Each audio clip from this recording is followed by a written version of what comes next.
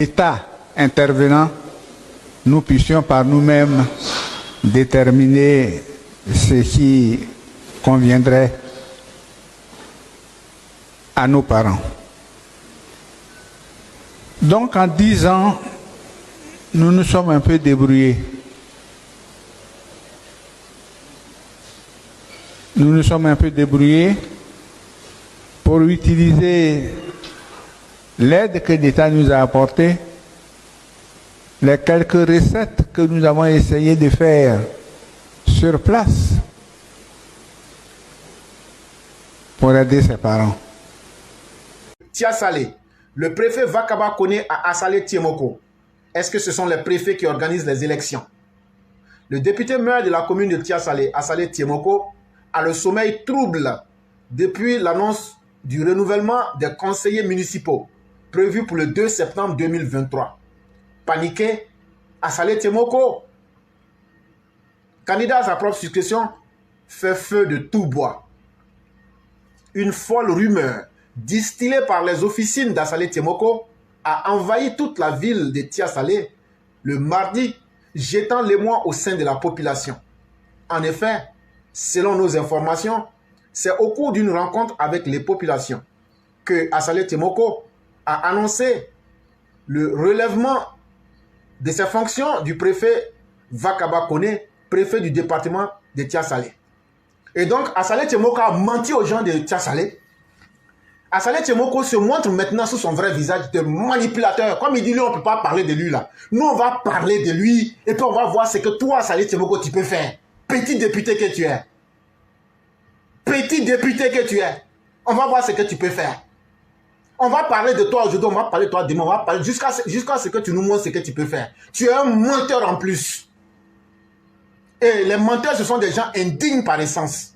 Il allait mentir le mardi passé là. Aujourd'hui, c'est vendredi. Hier, c'était jeudi. Avant-hier, c'était mercredi. Le mardi là, allez demander à ceux qui sont entiers. Il s'en va mentir aux gens qu'on va chasser le préfet Vakaba Koné.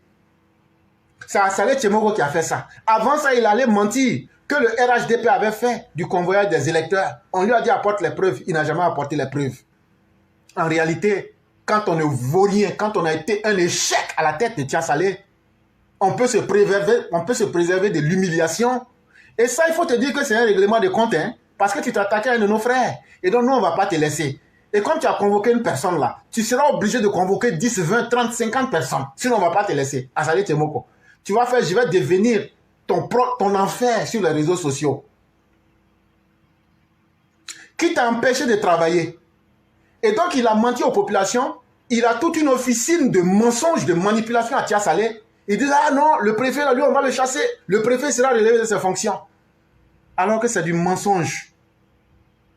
Aussitôt, cette rumeur s'est répandue dans la ville de Tia Salé, telle une traînée de poudre. Après avoir vainement écrit à la présidente de la République, ainsi qu'au ministère de l'Intérieur pour demander le relèvement de M. Vakaba Koné de ses fonctions de préfet du département de Tia Salé, Assalé Tiemoko semble complètement désorienté. Et donc, il a tellement confiance en lui, il pense que lui, il a écrit directement au président de la République que lui, il ne veut pas M. Vakaba Koné, qui est le préfet de Tia Salé. Et il faut nous dire pourquoi tu ne veux pas M. Vakaba Koné. Ce n'est pas M. Vakaba Koné qui organise les élections. M. Vakaba Touré, là, il ne peut pas s'ajouter sur toi dans ta forfaiture. Ce n'est pas lui aussi qui t'a dit de ne pas travailler. Assalé Tiemoko, ce n'est pas le préfet qui t'a empêché de travailler. C'est ta propre médiocrité qui te fait peur aujourd'hui et qui te coupe le sommeil. Et là, tu t'attaques à tout le monde. Mais tu t'es brisé les dents. Et ta réponse, elle a été vaine et de nul effet. Et là, l'individu, Assalé Tiemoko, est complètement désorienté. Celui-là qui pensait que diriger sa commune se passait sur Facebook. Celui-là qui pensait que, en disant le prix de l'Internet a augmenté, ah non, le prix de l'électricité a augmenté, ça n'allait pas résoudre ton problème. Tu pensais, est-ce que ceux pour qui tu as fait le baisse sur Internet là, est-ce que eux vont aller voter à Tia Salé? Frère, c'est parce que tu ne vaux rien. Tu viens de nous montrer que tu n'es pas un individu fiable, crédible.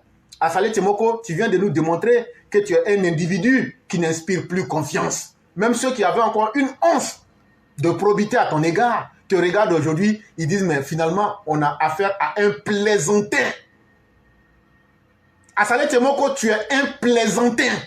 Parce qu'on ne peut pas te confier le destin d'une commune. Et tu penses que ce sont les autres qui sont le problème, alors que c'est toi-même ton propre échec. Tu es ton propre tombeau. Tu es ton propre tombeau, tu es ton propre démon, tu es ton propre enfer. Si tu avais pris le budget là pour travailler là, il faut sortir pour présenter ça aux gens. Ce que tu as fait là, il faut venir présenter. C'est de ça qu'il est question.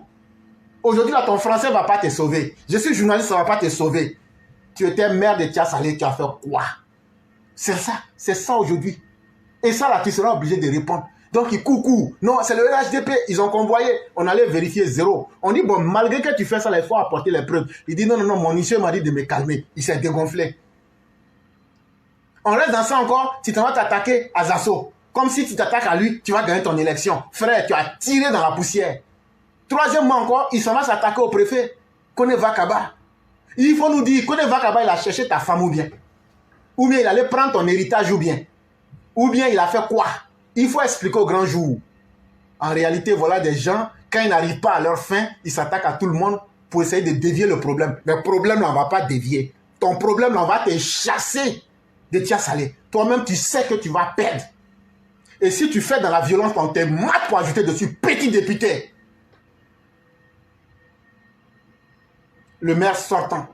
Tu as derrière le maire sortant et le maire sorti, qui à l'approche des élections municipales du 2 septembre 2023, voit ses chances réduites, s'amenuiser face à des adversaires coriaces. Accuse. Et là encore, il était allé plus loin. Il avait même accusé le candidat du RHDP de faire dans la malversation financière. Mais comme Dieu sait faire les choses, ce dernier a été plébiscité et félicité par le chef de l'État comme l'un des meilleurs gestionnaires.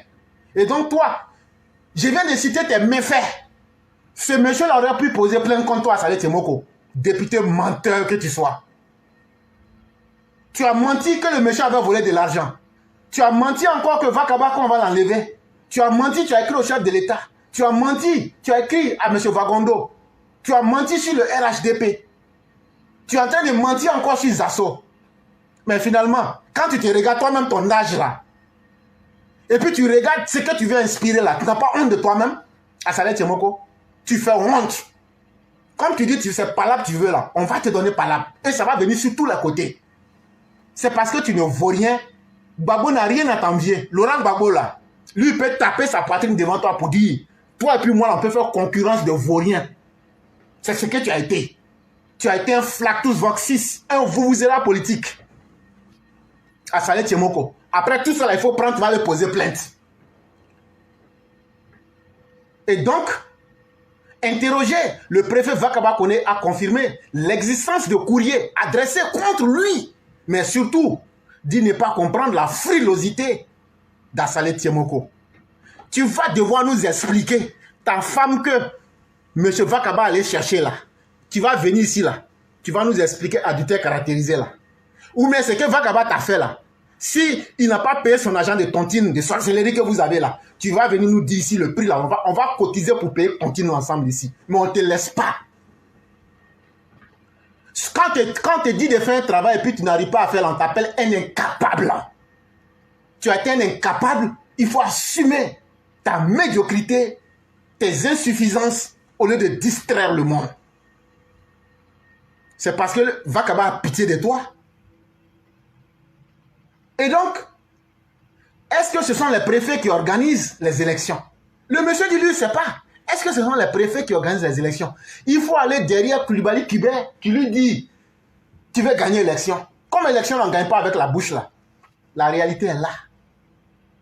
Est-ce qu'un préfet peut changer les donnes d'une élection démocratique à l'heure actuelle? Est-ce que c'est le préfet qui se pose les questions comme ça? Je ne sais pas ce que j'ai fait à Assalé Temoko. Je suis préfet de Tia Salé. Il est sur mon dos, on dirait, il ne sait pas quoi. Il dit forcément, il faut que lui, Kone Vakaba, lui fasse gagner à lui, à Assalé Temoko, les élections là. Et donc pour ça, il écrit des lettres à Alassane Ouattara. Et donc tu penses qu'Alassane Ouattara, même lui-même, ses propres candidats du RHDP là, il s'en fout d'eux. Il faut aller demander à Foussata Bamba.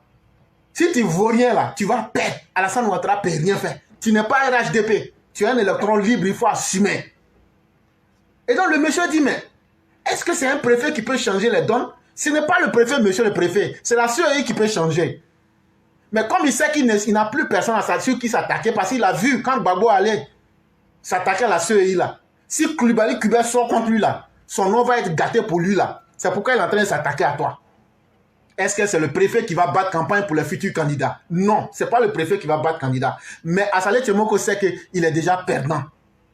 Même votre femme, vous avez quelle preuve pour justifier qu'elle va voter tel ou tel candidat? Est-ce que j'ai déjà fait une réunion à Tiasalé avec les populations pour demander à voter tel ou tel candidat? Et là, voilà, le menteur, l'individu pas du tout digne. Le préfet lui pose une série de questions. Assalé Tchemoko, tu m'as une fois vu faire réunion. J'ai réuni les gens pour leur dire, bon, votez telle ou telle personne. Assalé Tchemoko, si tu es garçon, il faut dire oui ou non. Le préfet demande. Il dit, toi-même, ta femme là, est-ce que tu sais le jour des élections qu'elle va voter? Le préfet te demande, est-ce que lui là, il va battre campagne pour le candidat RHDP? Parce que tout ce qu'on est en train de cacher là, c'est pour dire que c'est ce que tu veux dire. Est-ce que le jour des campagnes là, tu as les preuves que lui va battre campagne? Tu vas devoir répondre à cette question-là. Et le préfet te demande, le préfet de Tiasalé, Kone Vakaba dit, est-ce que c'est lui qui est la CEI pour changer les règles comme toi tu veux? Comme tu sais que tu ne vaux rien, tu n'as rien fait. Tu veux qu'on mélange là? Il dit, lui, il ne va pas t'aider dans ça. Lui, il ne peut pas mélanger les règles démocratiques d'une élection.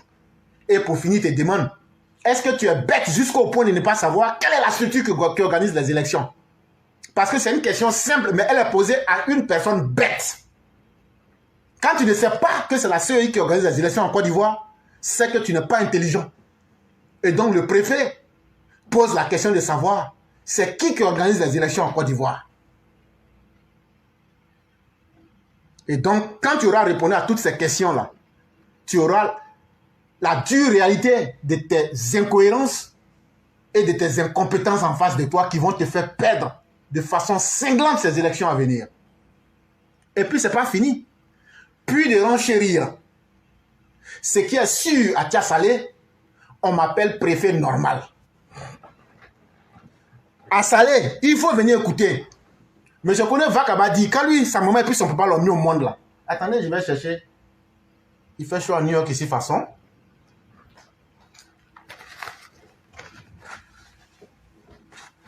Le préfet Vakaba dit, quand sa maman et puis son papa l'ont accouché là, le nom de famille de son papa là, c'est Koné.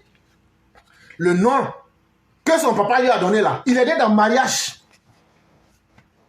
Préfet Koné Vakaba est dans le mariage. Sa maman a été mariée régulièrement par son père, reconnue par toute la communauté humaine. 7e jour de sa naissance là, on dit tu t'appelles Vakaba. Mais il dit quand lui il est arrivé à Tiasalé là, tellement il a bien fait son travail là. Si toi tu n'avais jamais entendu là, on l'appelle le préfet, on l'appelle préfet normal. Tellement il est cohérent, tellement il est direct, tellement il sait ce qu'il a à faire. Donc si tu ne savais pas ça, je te rappelle ça.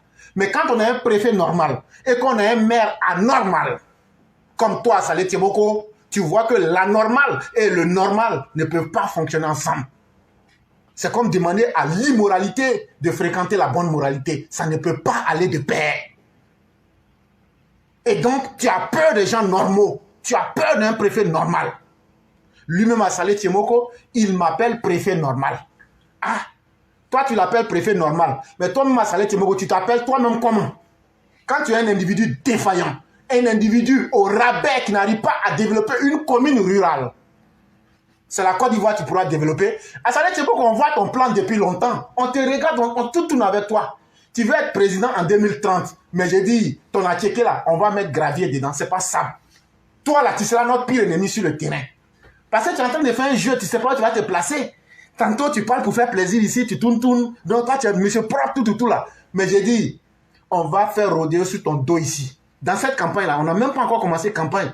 Mais de la manière que tu veux aller là, nous, on va te pédaler 100 à l'heure pour arriver à destination avant même le départ. Il ne faut pas cesser, hein. On a commencé comme ça. Les attaques, là, on va t'attaquer maintenant sur toutes les parties.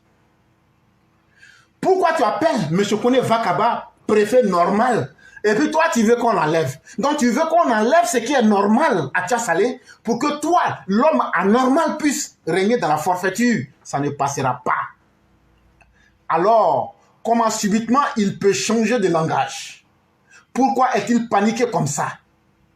Pour le moment, je ne fais pas de campagne. Je ne fais de campagne pour personne. Peut-être que lorsque je serai admis à faire valoir mes droits à la retraite, en ce moment-là, je verrai. Mais pour le moment, j'ai l'obligation de réserve, nous dit M. Kone Vakaba. M. Kone Vakaba dit, lui là, il est tellement normal là, que lui ne va pas mettre sa carrière en danger pour toi te faire plaisir. Il ne va pas supporter le candidat RHDP. Il ne va pas toi te supporter le soi-disant indépendant. Mais l'indépendant incapable, l'indépendant anormal, l'indépendant au rabais, l'indépendant médiocre, l'indépendant qui dépend de sa propre médiocrité. Toi, Saleh Tiemoko, il dit qu'il ne va pas te soutenir. Et surtout, population de Tchas-Saleh, ne donnez pas votre voix à la médiocrité qui s'appelle Saleh Tiemoko, parce qu'il ne vous apportera pas ce qu'il avait déjà dit. S'il pouvait faire quelque chose, il l'aurait fait. Il n'est pas le seul. On va revenir encore dans une autre région. On va vous montrer vos vrais visages et on va vous peser devant tout le monde. Et puis, les 1 gramme que vous pesez, on va montrer ça à tout le monde. Toujours à son poste, le préfet normal devrait présider une réunion ce mercredi 19 juillet 2023 avec la direction départementale des impôts après quelques jours de congé bien mérités. Les élections d'octobre 2020 se sont déroulées sans accroc à Tchas-Saleh. Qui a maintenu l'ordre? C'est bien moi. Un homme normal, comme M. Kone Vakaba, demande à Saleh Tiemoko qui a maintenu l'ordre à Tchas-Saleh lors de votre CNT. Il dit c'est lui. Tchas-Saleh était le premier en termes de taux de participation dans la région de l'Agnébi-Tiassa. Lui-même à Saleh, son élection s'est déroulée en ma présence. Pourquoi il n'en parle pas? Donc là, le préfet dit il te connaît comme les pommes de sa main. Il dit ton élection, ça s'est passé devant lui. Comme c'est lui que tu vas attaquer maintenant là. Il sait comment tu as été fabriqué là. Il va aussi te dire ça en public si tu continues à t'attaquer à lui. Il me souvient qu'il était candidat face à l'épouse d'un membre de mes collègues préfets de la région du Poro. Si le préfet pouvait changer la donne, je n'allais pas laisser la femme de mon collègue et cautionner lui son élection. Mais la femme du préfet a échoué ici. Pourquoi en ce moment, il n'a pas crié au loup à questionner le préfet Vakaba Touré? Et donc ça, c'est un incident qu'il cite pour dire à ceux qui ont la mémoire courte ou la mémoire diluée que lui, c'est pas Saleh Tiemoko qui a payé ses cours pour rentrer à l'ENA. C'est pas Saleh Tiemoko qui allait étudier à sa place pour qu'il sorte comme un administrateur de l'État. C'est pas Saleh Tiemoko qui peut lui dire ce qu'il doit faire. Sinon, si Saleh Tiemoko ne devait pas gagner des élections là, en 2020 là, Saleh Tiemoko, contre la femme de son collègue là, si c'est les préfets qui faisaient gagner ou échouer les gens là, ils allaient te faire échouer. C'est ce qu'il est en train de te dire. Lors d'une rencontre avec le corps préfectoral, le lundi 26 juin 2023 à Abidjan, le ministre de l'Intérieur et de la Sécurité, le général Vagondo Diomandé, a exhorté les préfets à maintenir leur position de neutralité comme l'exige leur mission lors des élections. On se souvient très bien de cela. Nous avons pris des dispositions pour que la contribution de l'administration à apporter à la commission électorale indépendante puisse aboutir à des élections dont les résultats seront acceptés de tous, a confié le général Vagondo.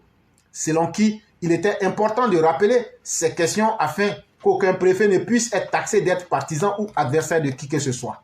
L'information est tirée de l'infoexpress.com. Et voilà le vrai visage d'Saleh Tiemoko qui vous est présenté. En réalité, Saleh Tiemoko est un manipulateur, doublé d'un homme médiocre et profondément médiocre, qui veut maintenant refouler ses insuffisances pour essayer de distraire le monde. Tu perdras ces élections-là. Et ça, il faut être déjà rassuré. Cherche-toi déjà une porte de sortie. Peut-être que tu seras simple petit député, mais en plus, si peut-être tu peux trouver un autre métier, tu peux être par exemple Faniko, ou bien tu peux faire le Nyamboro, ou bien tu peux même être, tu peux faire Djebredjef.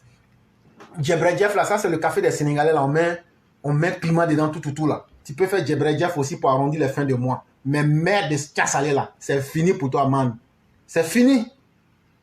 Parce qu'un homme plus compétent et plus aguerri va venir prendre pour démontrer que, de la même manière qu'Alassane Ouattara a démontré que la Côte d'Ivoire peut travailler là, un travailleur va venir prendre, un bon gestionnaire va venir prendre pour faire ça et puis les populations les Tia Salé vont voir ça en face. Assalé Temoko, c'était pour aujourd'hui. Si tu veux encore demain, là, on peut encore continuer. Si tu veux un mois, on peut. Si tu veux une année aussi, on peut continuer. Nous, on est toujours prêts. On passe au sujet numéro 3. Après 10 ans de gestion du conseil régional, Djedje Madi avoue son échec. Je vous ai dit, les campagnes là, ça sera trop intéressant. Les campagnes là seront intéressantes parce que, j'ai dit, on va mettre dehors la vraie taille de chacun. Ça ne sera pas mariage, c'est nous faut pour nous, on va faire ça la nuit. Non, non, non, non, non. Tu n'as pas vu le visage de la mariée, on dit il faut te marier. Non, non, non, non. Ça sera en direct, comme mariage des gens de Congo là. On fait ça en plein 16h. Là, on se voit sans maquillage, sans filtre. Donc là, on va dire à chacun, c'est là que vous allez voir que RADP là, on est calme là, mais on a du potentiel. On ne va pas abandonner nos candidats contre des aventuriers politiques comme les Assalé Temoko. Tu penses que c'est parler qui peut rendre un homme important? C'est là que tu vas découvrir que c'est le travail. Mais il n'est pas le seul. Djedje Madi aussi, lui-même, il allait tellement ivoirien là. Il a dépensé plus de 30 milliards en 10 ans. Qui peut croire que Djedje Madi du PDC a reçu plus de 30 milliards en 10 ans, il n'a rien fait. Tellement lui-même, il vaut rien là. Le collègue d'Assalé Temoko, dans Vaurien là, tellement il ne valait rien là. Lui-même, il avait dit, ouais, moi-même, je sais que je ne vaux rien. Et c'est des gens comme ça qui veulent qu'on les respecte, qui veulent qu'on les appelle honorables. Déshonorables, ouais. Déshonorables, déshonorés, déshonorants. C'est ce que vous êtes. Des députés qui font honte à la nation. Des maires incapables, comme Assalé Temoko. Ah non, il a fait ça, ils vont faire ça là. Il faut qu'on chasse, on ne chasse personne. Tout le Vakabala, il est popo. Comme de la manière Alassane a serré son boulon là, il n'y a pas un garçon qui va l'enlever. Parce que ce que Vagono a demandé là, c'est ce qu'il est en train de faire. Il est resté neutre. Donc parlons du vieux Djedje Madi. C'est fait. Face à la raclée qu'il devrait prendre aux élections régionales de la région du Haut-Sassandra, les partis d'Henri Konabédié et de Laurent Gbagbo ont décidé d'unir leurs forces pour espérer limiter les dégâts. De fait, Stéphane Kipré, le tonitruant vice-président du PPACI, qui croyait mordicus en sa victoire, s'est dégonflé au profit d'Alphonse Djedje Madi. Lundi, au cours d'une conférence de presse de formalisation de leur alliance, le président sortant du conseil régional a dressé le bilan de ces 10 années passées à la tête de cette collectivité. Le moins que l'on puisse dire, et lui-même l'a reconnu, c'est-à-dire Djedje Madi, c'est que Djedje Madi n'a rien réalisé à la tête de cette région après une décennie de gestion. Dans une lecture fastidieuse et laborieuse qui faisait dormir l'auditoire, Djedje Madi a lutté comme un beau diable pour faire le bilan de ces 10 années de gestion à la tête du conseil régional. Après, on va expliquer en français simple. Ne vous fatiguez pas. Ça, c'est ceux qui sont là à l'université. Nous, les gens de Mandrasa, là, nous, on ne comprend pas français. Après, là, on va casser le niveau. Perdu dans cette tentative d'explication et de justification, le maître de cérémonie a été obligé de l'interpeller pour aller à l'essentiel. Djedje Madi, là, lui aussi, là, il n'a rien à envier à Assalé Temoko. Je peux même dire que c'est son patron même qui a Salé, c'est le patron d'Assalé Temoko qui est là. Parce que Assalé Temoko, lui, n'a pas encore été conseil régional. Mais Djedje Madi a été conseil régional. Mais tellement il n'a rien fait en 10 ans là. Il doit aller battre campagne. Quand il allait, il commence à parler, il parle. Les gens disent, Joe, pour toi là, ça passe pas. Tu parles, mais on n'entend pas. Parce que ce que tu dis là, les gens dormaient. Ils parlent pas, les gens dormaient. Le peu d'invités qui étaient là, les gens dormaient. Donc pour finir là, comme leur réunion du CNT au stade là, le maître de cérémonie était obligé de prendre le micro pour dire à Djedje Madi, Joe, il faut aller à l'essentiel. Tout ce que tu dis là, on sait que toi-même tu n'as rien fait. On sait. Et toi-même tu sais, tu as déjà dit ça devant tout le monde. Joe, on n'a qu'à aller à l'essentiel. Il ne faut pas perdre notre temps. Tu ne peux pas te justifier. Ce qui n'a pas été fait là, tout le monde voit ici.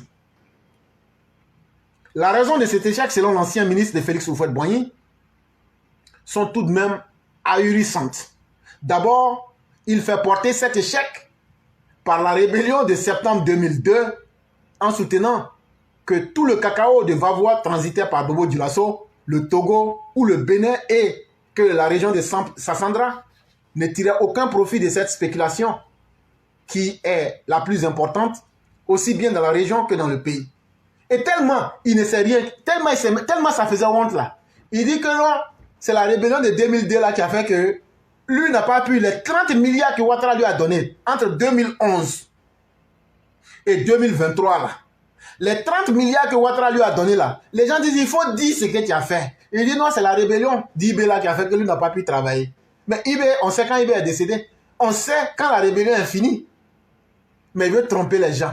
Ça faisait tellement honte. Il dit, vous savez, en fait, là, le cacao de Côte d'Ivoire, là, les gens prenaient, et puis on fait passer ça à Bobo Dioulasso au Burkina Faso là-bas, et puis il y a une partie qui partait au Togo, et puis il y a une partie qui partait au Bénin. Et donc, c'est ça qui a fait que lui n'a pas travaillé. Mais et l'argent qu'on t'a donné là? Je n'ai pas dit quelque chose, hein. Tu peux poser plainte contre moi. J'ai bien dit 30 milliards entre 2011, quand Ouattara a pris le pouvoir, et aujourd'hui, juillet 2023, là, on t'a donné 30 milliards. J'ai bien dit 30 milliards. Si tu n'es pas d'accord, tu poses plainte contre moi. Tu ne peux pas prendre 30 milliards pour dire que tu n'as rien fait. Et donc, voilà la première raison bizarre qu'il donne. Que c'est à cause de la rébellion. C'est totalement normal. Ceux-là, ils vont vous dire qu'un jour, vous allez entendre un candidat vous dire ici que lui, il a une puissance sexuelle, c'est à cause de lui, il ne peut pas travailler. Dans la campagne, là, il y a quelqu'un qui va vous dire que lui, il a une puissance sexuelle. Il a pris quand de Aoussa, là. Mais c'est ça qu'il a fait, c'est ça qui a fait qu'il n'a pas travaillé. Il y a un qui va vous dire ici que c'est à cause d'Atoté que lui n'a pas pu travailler. Il y a grand frère d'Atoté qu'on appelle Frana. Ils vont dire ça, c'est les Sénéfaux qui fabriquent des trucs comme ça. Il va dire non, non, non, quand j'ai pris mon Frana là, je ne pouvais plus rester tranquille. Donc, c'est ça qui a fait que j'étais perdu. Mais nous, on est là, on est assis sur votre dos. J'ai dit, on va vous pédaler, on dirait, de la manière on pédale les âmes que les gens tuent au Mali pour manger là. On va vous pédaler comme ça jusqu'à votre dernière énergie. Voilà un vieux incapable qui vient étaler ses lacunes et sa honte pour nous dire, les 30 milliards qu'on t'a donné, normalement, si les populations veulent te demander compte, ils devraient te lapider avec des cailloux. Vieux voleur. Comment un président de région peut-il baser son bilan sur un problème circonstanciel qui remonte à plus de 20 années en arrière? Si ce n'est un aveu d'échec, ce n'est pas loin de l'être. Mais ce n'est pas tout. Deuxième raison que Djidji Madi donne, Djidji Madi estime que sur les 10 années qu'il a passées à la tête de la région, son budget global s'élève à 8 milliards de francs CFA qu'il juge très insuffisant relativement à l'étendue de sa circonscription. Frère, c'est qu'on t'a demandé là, qu'on t'a donné 1 milliard ou qu'on t'a donné 2 milliards, tu reconnais qu'on t'a donné, chaque année on te donne au moins 8 milliards. Il n'y a pas de problème. Il faut nous montrer le travail de 1 milliard que tu as fait. On ne te demande pas beaucoup. On t'a donné 8 milliards. Il faut nous montrer le travail de 1 milliard que tu as fait. Bon, laissons ça. Il faut nous montrer le travail de 1 million que tu as fait. Aïe. On n'est pas en train de parler de 8 000 francs. On ne parle pas de 800 000. On ne parle pas de 8 millions. On parle de 8 000 milliards. C'est-à-dire 8 000 millions. C'est-à-dire millions là. Tu prends ça comme ça. 1000. Tu comptes millions là. Tu prends ça. 1 million. Tu mets ça. Quand ça atteint 1000 là, tu passes. Tu fais encore un autre lot de 1000. Tu fais un autre de... Lui, il reçoit ça 8 fois chaque année. Mais il n'a pas pu faire travail même de 2500 francs. Djidji Madi là, il n'a même pas pu faire travail de 2500 francs. Puisque lui-même, il reconnaît que chaque année, il reçoit 8 millions. Et il dit que ça, c'est petit. Mais où l'argent est rentré là, il faut venir nous dire maintenant. Vous pensez que faire la politique, c'est voler l'argent de vos propres parents? Et ça, ce sont les gens qui sont dans leur propre région. Ce sont ceux qui se transforment en xénophobes là. Pour dire, les autres ne valent rien, les autres sont comme ça, ils ne sont pas chez eux là. Mais toi qui es chez toi là, pourquoi tu as volé l'argent de tes propres parents? Ça là aussi là, il faut venir, tu vas expliquer. Cet argument nous a amené à aller consulter la loi des finances. Comme on est dans un monde où tout est clair, on ne peut rien cacher aujourd'hui là. On vous a même ici montré tous les livres là. Tu ne peux rien cacher. Ce que tout le monde a reçu là, on connaît. On vous avait dit. Donc quand il a dit ça, on dit on va aller vérifier la loi des finances.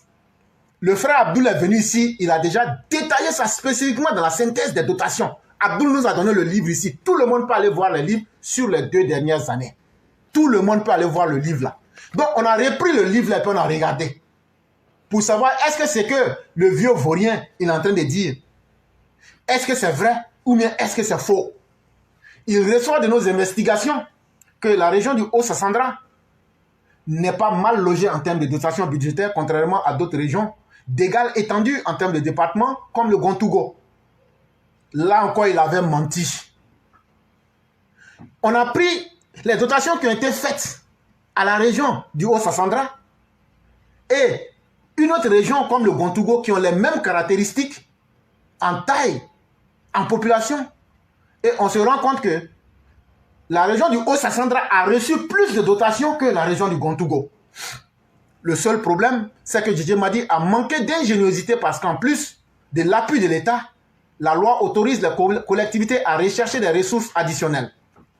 C'est ce que n'a pas fait Didier Madi qui attendait tout de l'État. Et ça, il l'a avoué à la conférence de presse. Tu sais, quand tu mens là, toi-même là, quand ton mensonge ne passe pas là, toi-même après tu viens, tu reconnais. Il dit qu'eux-mêmes vraiment, ils savent qu'ils sont incompétents. Mais quelqu'un qui est incompétent, comment lui il peut battre campagne et puis s'il gagne là, ça veut dire que ce n'est plus la faute à l'incompétent, mais c'est la faute même aux populations. Et donc, ça a été une séance d'aveu. Ça a été une séance où le sorcier a craché les morceaux de viande des personnes du village, de ses propres parents. Et ça, il l'a avoué à la conférence de presse.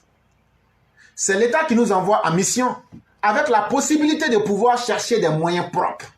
Mais aller rechercher des moyens propres, c'est quand il existe dans une région un certain nombre d'activités. L'État, qui n'avait pas suffisamment les moyens et qui a créé ces structures, on ne lui demande pas de nous donner tout, mais d'augmenter ce que nous recevons. Mais ce que tu as là, tu n'as pas pu faire quelque chose avec ça. Mais si on augmente là, tu vas faire quoi avec ces augmentations-là? Et c'est là qu'on se rend compte que ceux qui disent « Ah, Alassane et Magellan, donc on ne peut pas donner l'argent à tout le monde. » Déjà, ce n'est pas tous les garçons qui peuvent se lever pour aller devant les gens pour dire « Je suis venu, faites-moi confiance. » Alassane Ouattara, merci beaucoup. Déjà, ce n'est pas tous les enfants que les femmes accouchent là qui peuvent se lever pour dire « Moi là, regardez-moi et puis faites-moi confiance, donnez-moi de l'argent. » C'est ce que Didier Madi est en train de dire. Il dit tellement lui-même, il ne vaut rien là. Lui, c'est vrai, l'État, c'est que l'État leur a donné là. Eux, ils savent que c'est insuffisant, mais ils n'ont pas travaillé. Mais non seulement ils n'ont pas travaillé encore là, mais eux-mêmes là, ils ne connaissent personne, ils n'ont pas les moyens, ils n'ont pas de crédibilité, personne ne peut leur donner de l'argent. Donc là, eux ne peuvent pas avoir de moyens pour financer. Voilà ce qu'il est en train de dire aux populations. Et donc, il veut dire quoi? Que lui, Bédié et leur gouvernement là, c'est un gouvernement d'hommes qui ne sont pas crédibles.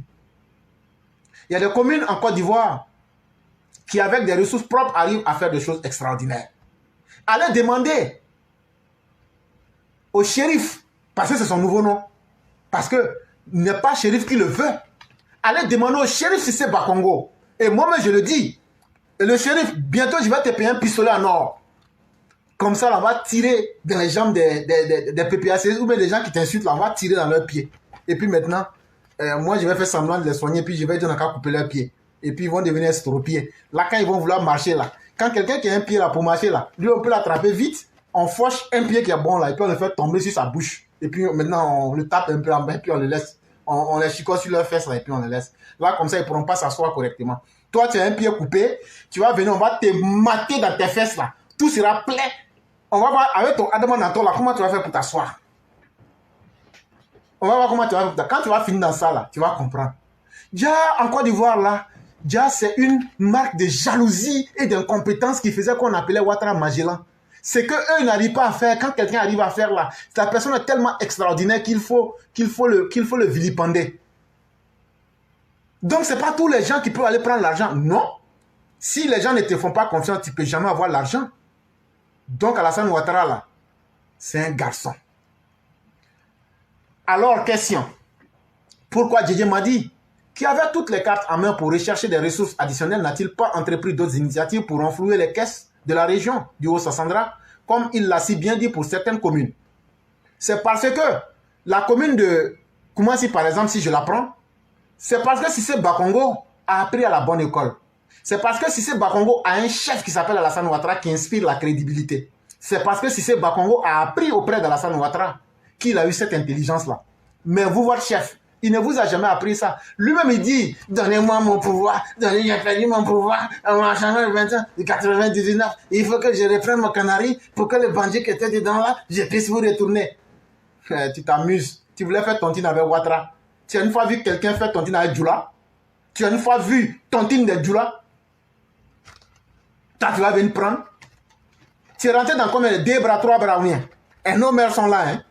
Il faut aller demander à Bédé s'il avait fait 3 bras mais 4 bras là, dans tontine là. Ouattara dit, lui n'est pas dans tontine avec quelqu'un. Lui, il est banquier venu fraîchement de Washington fraîchement venu du FMI, lui, il ne fait pas tontine.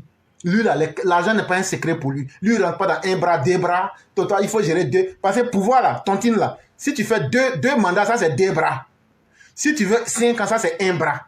Si tu veux faire 3 ans, comme pour l'autre, ça, c'est 3 bras. Si tu veux 4 bras aussi, il y en a aussi. Mais Ouattara dit, lui, il ne fait pas tontine avec quelqu'un. Il est venu pour travailler, lui, il ne parle pas beaucoup. Et donc, prenons, comme tu parles de communes, là, prenons une commune qui fait exemple. Prenons la commune du shérif Bakongo. Il a enlevé l'argent là-haut. Violente question. L'argent qu'il a pris là, il a vendu sa commune. Il a vendu le potentiel de sa commune. Il a convaincu les investisseurs. Et il leur a dit, même si moi-même là, vous ne me croyez pas là, vous n'avez pas confiance en moi-même là, ne vous fatiguez pas. Je suis un élève d'Alassane Ouattara. Ils disent quoi? Élève d'Alassane Ouattara? Mr. Ouattara? Yeah. Ok. That's good to know. Et quand ils ont dit ça là, les gens disent, wow. So you got it. You got it. No worries. Ça, c'est en anglais quoi. Et là, ils lui ont dit, non, non, tu n'as pas à t'inquiéter. Tu as dit, Président Ouattara? Le président Ouattara? Il dit, yeah, ok. So no worries. Il dit, non, il ne faut pas t'inquiéter. Ils disent, bon, on va voir ce que tu vas faire. Ils ont donné un peu d'abord. Quand ils ont donné un peu là, ce Bakongo, il avait déjà une intelligence. Il avait déjà réfléchi. Il a pris l'argent là. Il a commencé à organiser sa commune. Un coup comme ça, bim, on voit comment c'est devenu Koumassi. L'argent qu'il avait pris, il l'a remboursé comme de la manière son maître fait. En vérité, si tu vas à la mauvaise école, tu finiras un mauvais élève, même si tu as de la volonté. On ne peut, Bédier et Babo ne peuvent rien apporter aux Ivoiriens si ce n'est que la médiocrité. Ce sont leurs élèves qui sont là à Salé Timoko là. Comme on peut le voir, Djedje Madi justifie cette situation par le fait qu'il n'y a pas d'industrie. On est dans ça encore. Il dit non, non, non, c'est parce qu'il n'y a pas d'usine dans les choses là-bas. Mais vous avez la mer. Vous avez port.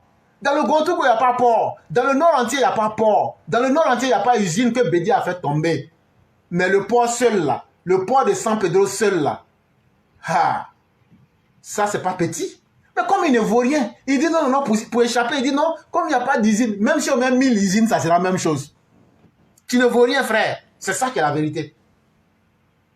Mais cet argument est une véritable fuite en avant, dans la mesure où il a avoué n'avoir rien entrepris dans ce sens, alors que la région du Haut-Sassandra regorge d'énormes potentialités économiques. Tu parles d'usine. Toi-même, là, tu vas chercher à mettre quelle usine là-bas? Toi-même, la même usine pour casser cacao. Tu as organisé quelle structure là-bas? Rien. Tu veux que ça tombe du ciel. Ça, c'est les vauriens qui parlent comme ça. Ah Dieu, comme tu m'as créé là, c'est toi qui vas me nourrir. C'est toi. Est-ce que c'est moi? C'est ce qu'ils ont fait à Moïse. C'est eux qui ont tué Moïse dans le désert. En réalité, le vrai nom de Moïse, c'était Moshe. C'est eux qui l'ont tué dans le désert. Ah, tu nous as fait quitter là-bas. Maintenant, on est venu ici là. Ah, toi-même là, tu avais tué quelqu'un. Ah, bon, tu as vu, tu nous as fait, on ne gagne pas à manger. Ah, il faut dire à ton Dieu, on n'a qu'à nous manger. Ah, on ne gagne pas l'eau. Il n'y a pas de problème. Venez, vous allez avoir l'eau. Venez, vous allez avoir manger. Mais vous allez avoir quelque chose qui est plus grave que tout ça. Continuez à suivre les vauriens. Vous allez finir dans le désert et vous n'atteindrez jamais la terre promise. Vous n'allez jamais atteindre le développement dans vos régions si vous suivez les gens du PDCI, du PPACI et autres là. Parce qu'eux, ils pensent que tout doit tomber du ciel. Durant les 10 années, Djedje Madi, en plus de l'appui de l'État, a reconnu avoir comme ressources additionnelles des taxes des marchés hebdomadaires. Et en plus des 30 milliards qu'ils ont pris en 10 ans, parce que les gens sont en train de casser, mais moi je donne tout. Les taxes sur les marchés là, eux prélevaient leur mangement dessus encore. Au total, en 10 années de gestion, Djedje Madi a échoué sur toute la ligne. Le renfort de Stéphane Kipré ne pourra pas le sauver de la sanction des urnes au soir du 2 septembre 2023 parce que les populations du Haut-Sassandra ne sont pas dupes. Bien que n'ayant pas la casquette de président des régions et le budget qui va avec, le candidat RHDP, en l'occurrence le ministre Touré Mamadou, a fait mieux que Djedje Madi en 10 années. Et ceci dans les 4 départements de la région. Au soir du 2 septembre 2023, c'est ce retour d'ascenseur qui sera fait au ministre Mamadou Touré dont les actions parlent de lui-même. Les 4 régions du Haut-Sassandra là, allez là-bas et regardez ce que Mamadou Touré est en train de faire. Même le 19 là, il a pris en charge l'assurance semi de tous les chefs de village. Il a pris, toi dans les 10 milliards, tu ne pouvais pas faire ça. Tu n'as pas construit d'école, tu n'as pas construit de marché, rien. Ils ont bouffé ça. Et c'est là le 19 juillet 2023, le ministre Mamadou Touré, lui, il organisait une cérémonie de présentation des hommes de sa campagne. C'est lui qui a cassé le papeau. Quand il a dépeint le marasme et je vais dire le retard de la région du Haut-Sassandra, il dit c'est la première région où on trouve le plus de chantiers inachevés. Quand tu prends la Côte d'Ivoire d'aujourd'hui, là, le Haut-Sassandra est la première région par excellence où les chantiers ont commencé, mais ils ont bouffé l'argent des chantiers là. DJ m'a dit et puis sa bande là. C'est pourquoi ils n'ont pas pu travailler. Sinon là, même si c'est un poulailler tu as construit, tu vas présenter pour dire ça au moins j'ai achevé. Mais ça c'est les quelques rares chantiers qu'ils ont commencé. Mais ce qui n'a même pas été exécuté est plus énorme que ce qui a été mis en chantier. Donc la majorité, les 3/4 des 30 milliards, c'est parti dans le vent et dans leur ventre. Un conseil qui n'a noué poursuit-il aucun partenariat extérieur et une région où 87% des établissements primaires sont sans électricité. Sous la gestion de DJ Madi, là, dans la région du Haut-Sassandra, là, dans 87%, c'est-à-dire, si tu prends les écoles qui sont dans toute la région, là, sur 100, il y a 87, là, il n'y a pas électricité, il n'y a même pas ampoule dans leur école là-bas. Lui n'a pas eu cette intelligence-là de mettre ampoule électricité là-bas. Pourtant, dit-il, le conseil régional dirigé par Alphonse DJ Madi aura eu au total des transferts de l'État cumulés d'un montant de... Moi, j'avais dit 30 milliards, mais je me suis trompé. C'était 33 milliards de francs CFA. C'est le ministre Mamadou Touré qui a cassé ça. Sur les 10 ans qu'a duré la gestion de M. Alphonse DJ Madi à la tête du conseil régional de Haut-Sassandra, le montant cumulé reçu auprès de l'État s'élève à un montant de 33 milliards de francs CFA, dont 20 milliards pour les investissements. DJ Madi, a-t-il dit, ne peut justifier l'insuffisance de ces résultats par un manque de moyens. Tout est dans l'approche managériale. Surtout quand il fait savoir l'on est parti d'un budget de 4 milliards en 2013 pour se retrouver aujourd'hui à 2 milliards. Ceci, selon Mamadou Touré, est dû au fait que le conseil sortant n'a pas créé des ressources propres pour soutenir son budget. Voilà toute la réalité qui est là. Et ces campagnes-là, on va les mener sur un terrain pragmatique.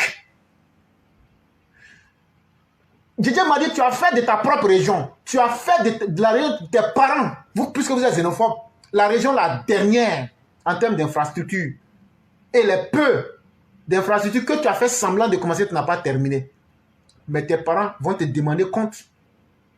Donc c'est toi qui es le sorcier même de tes propres parents. C'est toi le premier sorcier du Haut-Sassandra.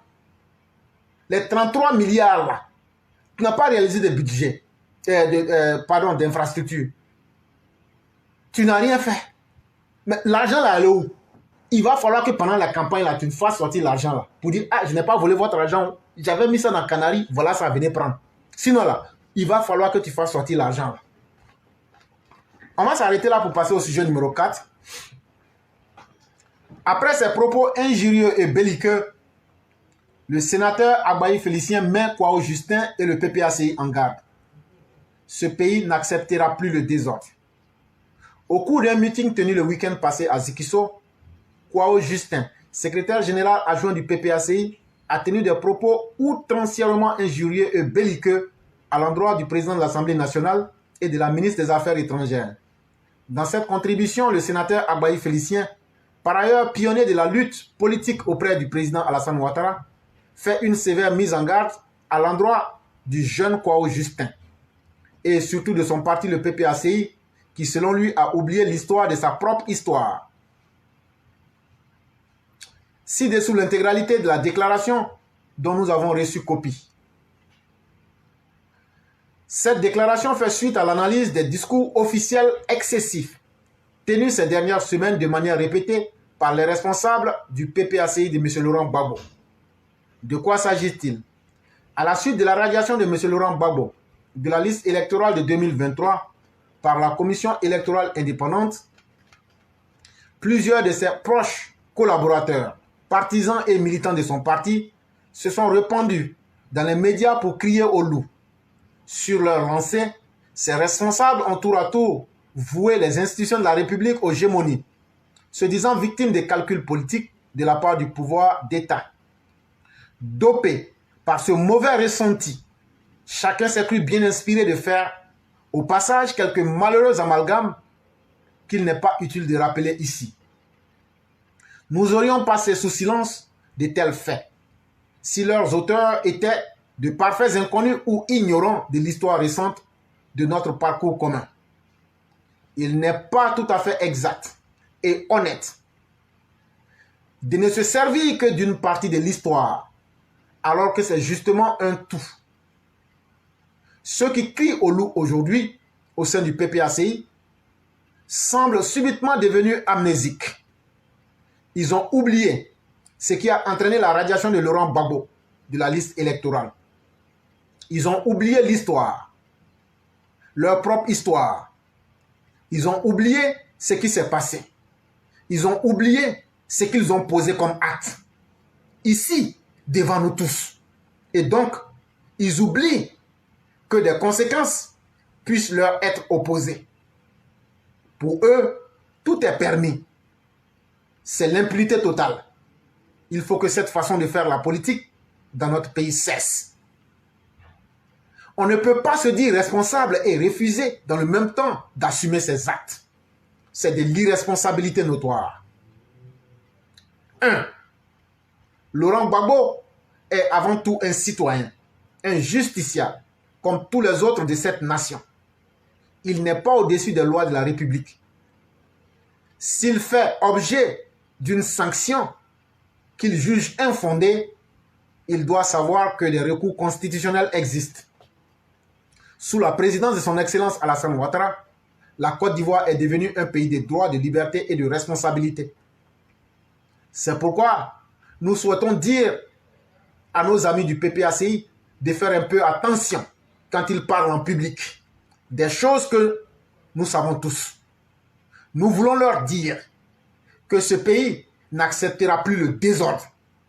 Et ceux qui veulent y retourner devraient se raviser. Parce que la Côte d'Ivoire a changé et les temps aussi ont changé. Quelles que soient nos divergences, parfois artificielles, nous devons préserver la paix et la cohésion en favorisant les discussions. Aux grandes dames de ceux qui ne veulent pas voir la liberté d'expression est une réalité dans notre pays. Elle est garantie par le président Alassane Ouattara, clé de voûte des institutions de la République. Personne ne doit, en aucun cas, considérer un tel acquis comme une faiblesse, au contraire. Les Ivoiriens et les Ivoiriennes n'ont plus envie d'entendre les discours conflictuels et les incessantes menaces de désordre social. Les moments de crise sont derrière nous. C'est terminé. Nous voulons donc encourager tous les responsables politiques, en général ceux du PPACI en particulier, à agir dans le sens de l'apaisement continu, à préférer le dialogue en vue du règlement des problèmes identifiés comme tels. La Côte d'Ivoire ne s'en porterait que mieux. Fait à Abidjan le 17 juillet 2022 par M. Félicien Abaï, sénateur de la République de Côte d'Ivoire, chargé des lagunes. Tout ce que vous dites là, c'est français. Le jour qu'ils sont prêts, n'ont qu'à sortir. On va leur montrer qui a mis l'eau dans le coco. On ne parle pas beaucoup. Nous, on continue. Sujet numéro 5. Bisbille entre le PDCI et le PPACI en vue des élections municipales à Abidjan. C'est le RHDP qui se frotte les mains. Les élections municipales et régionales du 2 septembre 2023 suscitent la passion et aiguisent les appétits en Côte d'Ivoire. Et comme toujours en pareille circonstance, les alliances entre partis politiques qui font l'adage selon lequel l'union fait la force ne manquent pas. C'est le cas entre le PPACI de Laurent Gbagbo et le PDCI d'Henri Konan Bédié. Les deux principaux partis d'opposition ont décidé de mutualiser leurs forces face au parti au pouvoir, le RHDP, du président Alassane Ouattara, pour se donner les meilleures chances de remporter le maximum de sièges d'élus municipaux et régionaux. Une alliance, au terme de laquelle les deux poids lourds de l'opposition ivoirienne sont parvenus à s'accorder sur la présentation des listes communes dans la majeure partie des régions du pays, au terme d'intenses négociations entre les deux leaders.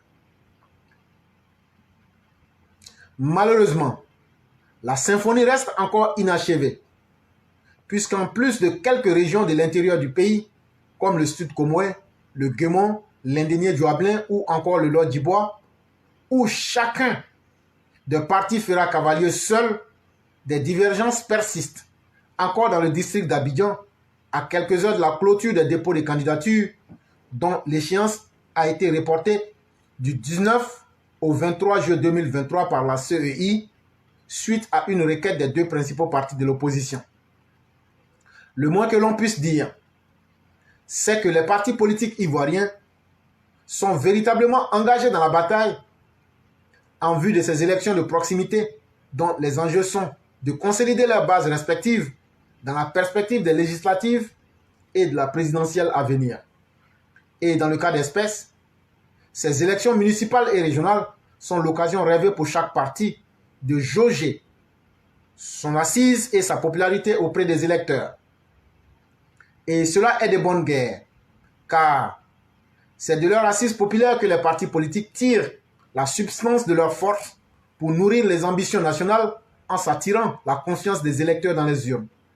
C'est pourquoi, à la faveur de ces élections municipales qui s'annoncent d'ores et déjà très disputées, le PDCI et le PPACI gagneraient à accorder leur violon et à trouver un modus vivendi s'ils veulent se donner les chances de gagner la bataille d'Abidjan. Autrement, si les divergences entre les alliés devraient persister jusqu'au bout, au point d'être préjudiciables à la présentation d'une liste commune, c'est le RHDP qui se frotterait les mains. Déjà, le parti au pouvoir est en ordre de bataille avec des candidats et pas des moyens, et s'apprête à déployer son armada avec pour seul objectif de faire une razzia pour renforcer sa domination sur la scène politique ivoirienne. Ces élections de proximité s'annoncent aussi comme un combat de pachyderme entre les trois mastodontes de la scène politique ivoirienne. Car il n'est un secret pour personne que les municipales d'aujourd'hui posent les jalons des législatives et de la présidentielle de 2025. C'est pourquoi la meilleure stratégie pour l'opposition devrait consister à prendre en compte, de part et d'autre, le poids des candidats et des partis politiques dans les différentes communes pour positionner leur tête de liste. Et dans ce cas d'espèce, pour prendre le seul exemple de la commune de Yopougon, qui est la plus grande commune de la capitale économique et qui est connue pour être le fief de Laurent Gbagbo, ce front de l'opposition ne doit pas se tromper dans le choix de son représentant au risque de voir le RHDP profiter de ses bisbilles. En tout état de cause, avec l'effervescence des candidatures aux municipales et aux régionales, la classe politique ivoirienne prouve une fois de plus qu'il n'y a pas de petite élection au pays de Félix Houphouët-Boigny. Et au-delà des programmes des candidats, il ne fait pas doute que les mallettes d'argent vont encore circuler. C'est dire si ces élections de proximité au pays de l'éléphant s'annoncent aussi comme un combat de pachyderme entre les trois mastodontes de la scène politique ivoirienne.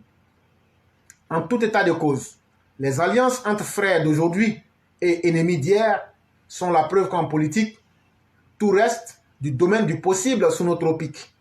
Reste maintenant à espérer que les acteurs de la scène politique ivoirienne, dans leur ensemble, auront tiré suffisamment les leçons de la parenthèse douloureuse de 2010-2011 pour éviter que ces consultations électorales ne se transforment en bataille tranchée susceptible de mettre en mal la paix et la cohésion sociale. La Côte d'Ivoire n'a pas besoin de ça. C'était un article tiré du journal Le Pays.